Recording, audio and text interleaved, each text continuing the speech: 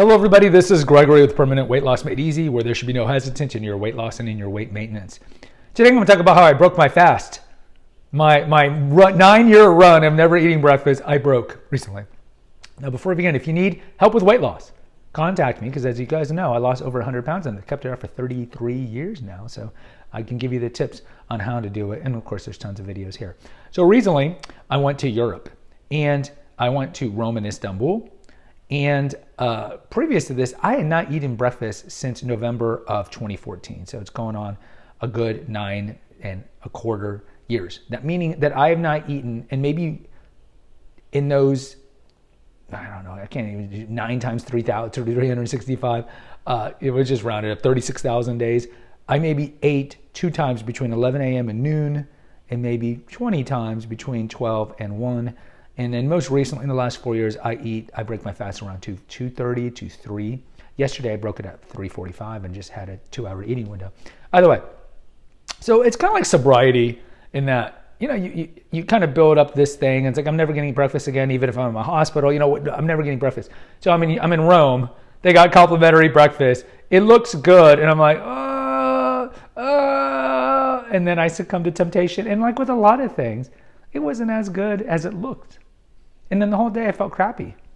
Now maybe it was psychosomatically crappy, but I felt crappy, and it reminded me why I fast. Because I ate, this is like 7 in the morning, then I'm walking around, but then I'm already feeling the crashing, right? And when you're fasting, you don't get the crashing anymore.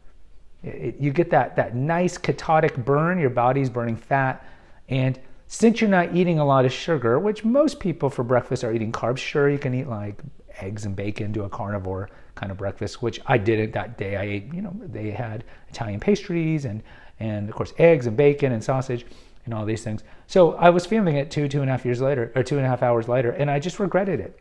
I regret it. And now, maybe it's just hubris, but now I got to say, yeah, I was fasting for 9 years, but I broke it, so now I've been fasting for 10 days straight. And I know, look, it's not the same thing as being an alcoholic and then, hitting the bottle, and it's totally different. But I would say it's kind of like with virtue and vice. Once you're building up virtue, like prayer and staying away from sin and bad things, you build up this credit, and you're just on a roll. And the same thing, when you start sinning, and whether it be drinking too much or porn or whatever it is, embezzling from your company, you just get lower and lower, and it's harder to get out, right? It's hard to get out. You guys know, if you're binge eaters or you binge drinkers, bender types, that it's hard to get out. So I know it's not on the same level, but still I was disappointed. And it's ironic because over at my podcast, The Awakened Man, I just did an episode like a week ago about how I've been fasting for 9 years, and it's something to be proud about, and I would recommend fasting to you. We certainly have other episodes here we talk about fasting.